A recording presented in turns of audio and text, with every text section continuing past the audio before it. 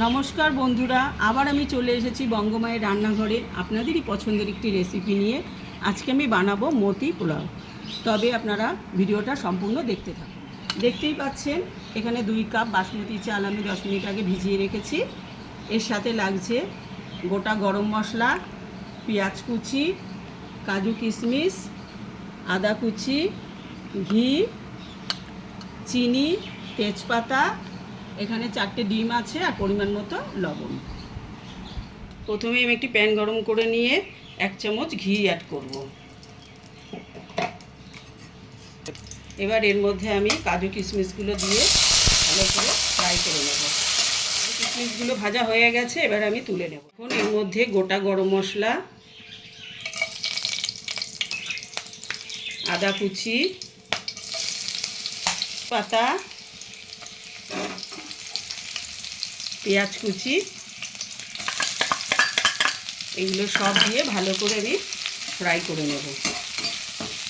দেখতেই পাচ্ছেন পেঁয়াজগুলো লাল লাল হয়ে গেছে। এবার এর মধ্যে আমি আরও 1 চামচ ঘি দিয়ে দেব। এই চালগুলো এর মধ্যে দিয়ে দেব। চালগুলো দিয়ে খুব ভালো করে মিশিয়ে নিতে হবে। এবার এর মধ্যে পরিমাণ মতো লবণ দিয়ে ভালো করে নাড়াচাড়া করে 2 কাপ জল দিয়ে 2 মিনিট ঢাকনা দিয়ে রেখে দেবো।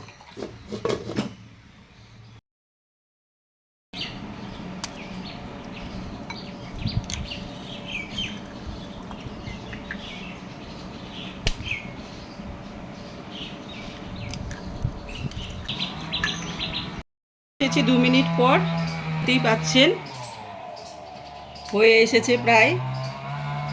দেখুন ভাতগুলো প্রায় সিদ্ধ হয়ে গেছে, অল্প একটু বাকি আছে। এখন আমি এই চামচ দিয়ে এখানে গোল গোল করে নেব।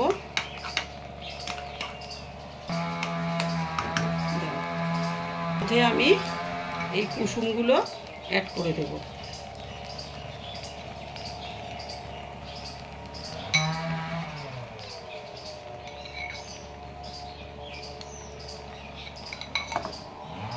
দেওয়া হয়ে গেছে। এবার ভাত দিয়ে এই কুসুমগুলোকে আবার আমি ঢেকে দেব।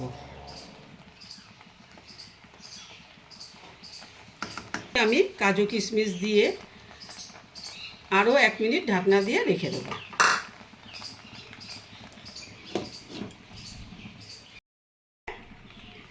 এবার আমি এর মধ্যে 2 চামচ চিনি দিয়ে ভালো করে নাড়াচাড়া করে নামিয়ে ফেলব। আপনারা বাড়িতে অবশ্যই ট্রাই করবেন, এইভাবে বানালে খুব টেস্টি হবে।